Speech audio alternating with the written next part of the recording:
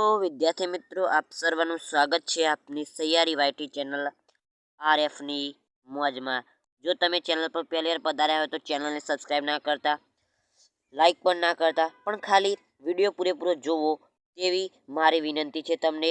તો ધોરણ 9નું અંગ્રેજીનું દ્વિતીય પરીક્ષાનું નમૂનાનું પ્રશ્નપત્રનું સોલ્યુશન કરીશું। આના અંદરથી વધારે પૂછાવાની શક્યતા છે। કુલ ગુણ 50 છે। આઈએમપી પ્રશ્નો છે, બોર્ડ દ્વારા જાહેર કરેલું છે। ગુજરાત માધ્યમિક અને ઉચ્ચતર માધ્યમિક શિક્ષણ બોર્ડ ગાંધીનગર દ્વારા જાહેર કરાયેલું પ્રશ્નપત્ર છે। તો ચાલો જોઈ લઈએ, એક વખત નજર મારીને જજો પેપર આપવા જો તે પહેલાં। વિભાગ એ એટલે કે સેક્શન એ, તો read the extracts and answer the question. જો કોઈ શબ્દ બોલવામાં મારાથી ભૂલ થઈ જાય તો ચલવી લેજો।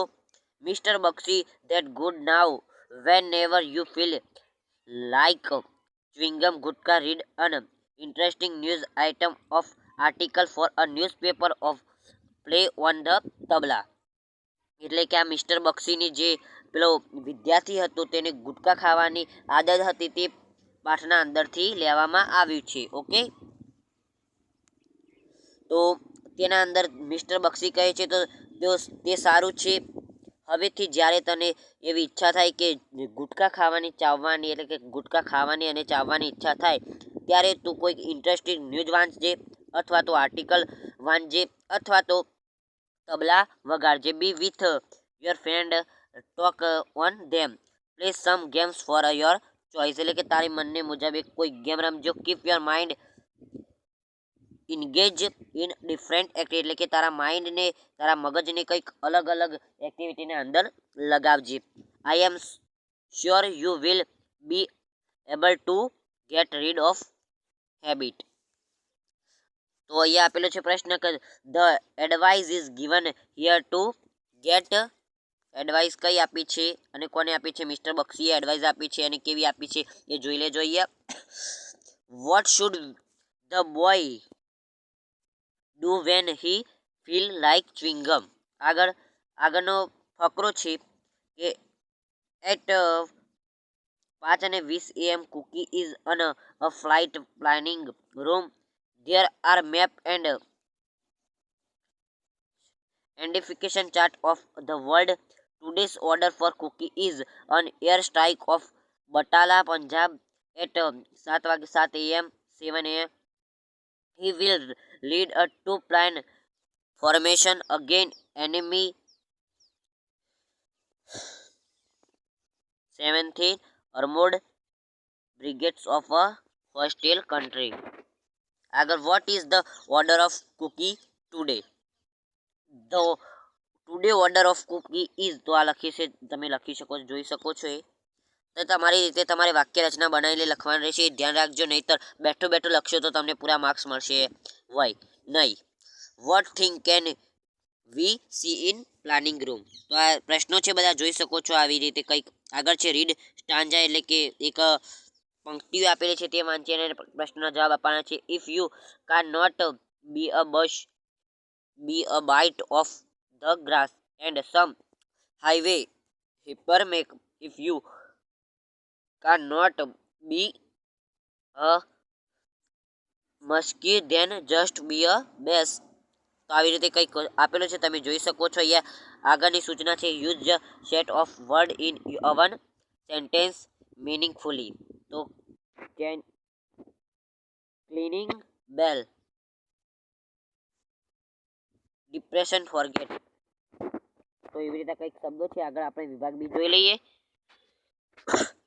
વિભાગ બી છે એના અંદર જોઈએ તો હુ સેડ હોમ, કોણ બોલે છે ને કોને કહે છે? She has a uneven growth of teeth, કોણ બોલે છે? Do not get carried away by ads, કોણ કહે છે? જે ડૉક્ટર હતા તે કહે છે પેલી છોકરીને કે તું જે એબ્લોટાઇપ આવે એના પાછળ ન ભાગીશ, ક્રીમ લગાવીશ નહીં અને કોઈક સ્ક્રીન સ્પેશિયાલિસ્ટની મદદ લે। આઈ બીટ મમ્પી હિયર, આગળ fill in the blank choosing the correct word given in the bracket, એટલે કે આપેલા છે શબ્દો તેના અંદરથી પસંદ કરીને શબ્દ ખાલી જગ્યાના અંદર મૂકવાના છે। Last Sunday I had nothing to do so I decided to visit the public garden near my house. When I reach there, I saw some children were screaming. An old man was sleeping under a tree, enjoying the cool. ખાલી જગ્યા. તો શું જવાબ આવશે? કુલ. શું જવાબ આવશે? તો તે તમારે મને કહેવાનું છે. સડનલી અ લિટલ બર્ડ ખાલી જગ્યા ઓન માય શોલ્ડર. આગળ જોઈએ તો read the passage on.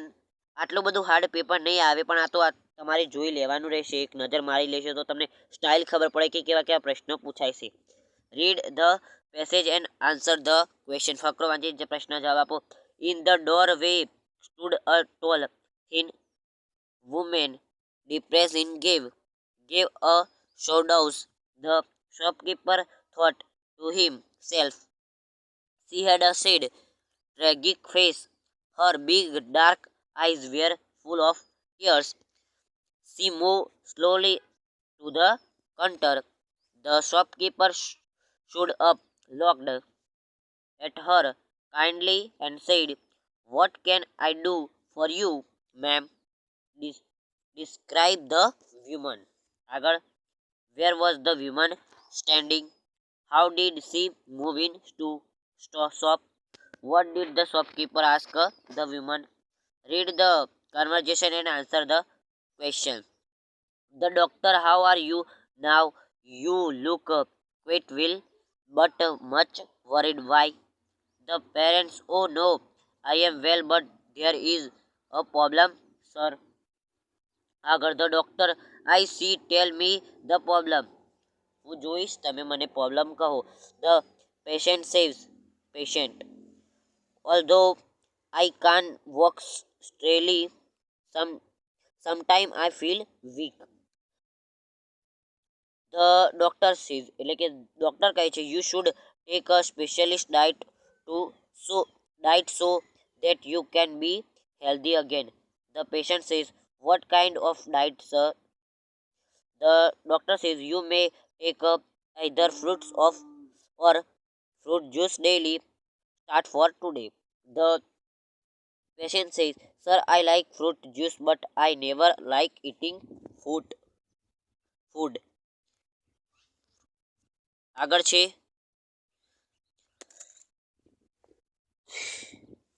How does the patient look?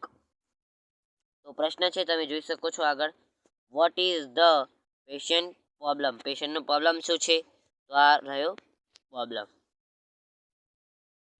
ઓલ્ધો I can weak still sometime I feel weak. તો what advice does the doctor give is to the patient? તો patient કઈ advice આપે છે? આ doctor કઈ એડવાઇસ આપે? તો આ જોઈ શકો છો કે તમારે ફળ ખાવા દરરોજ, અને ફળનો જ્યુસ, ફળ ખાઓ અથવા તો ફળનો જ્યુસ પીવો. આગળ જોઈએ તો આગળ આપણો આપેલો છે વિભાગ સી. વિડીયો બહુ લાંબો નહીં થાય તે ધ્યાન રાખજો. તો વિડીયો લાંબો થઈ ગયા એવું મને લાગે જ છે. 8 મિનિટનો થઈ ગયો છે. તો હવે હું તમને બતાવતો જાઉં છું. જોઈ લેજો. વિભાગ સી છે આ રહ્યો, જાતે તમે સોલ્યુશન કરી શકો છો. તો અહીંયા જોઈએ તો expressed by the idea behind the game. આ જોઈ શકો ખોટા શબ્દ, કોઈ ગ્રામરની દ્રષ્ટિએ કોઈ ભૂલ થઈ ગયો હોય તેવા ખોટા શબ્દ સુધારીને લખવાના રહેશે. વિભાગ ડી, સેક્શન ડી જોઈએ જોઈ શકો છો. Sridevi got the best. આ રીતે કંઈક છે ફકરો. ઓકે, તો તમે જોઈ શકો છો. એ તો વિભાગ ઈ, એના અંદર તમારે આ વખત ઈમેલ રાઇટિંગ આવશે, એ ધ્યાન રાખજો. અને એક નિબંધ લખવાનો આવશે 50 શબ્દોનો. ઓકે, તો આવી રીતે કંઈક પેપર છે. બ્લુ પ્રિન્ટ તમારે જોઈતી હોય તો આ જોઈ શકો છો. પીડીએફ તમે મેળવી શકો છો આપણા વોટ્સઅપ ગ્રુપના અંદર જોડાઈને. ઓકે મિત્રો, પીડીએફ તમે મેળવી શકો છો આપણા વોટ્સઅપ ગ્રુપના અંદર જોડાઈને. તમને ખાસ કહી દીધું મેં. આ જોઈ શકો છો. એ આ બ્લુ પ્રિન્ટ છે, તમે જોઈ શકો છો. ઓકે.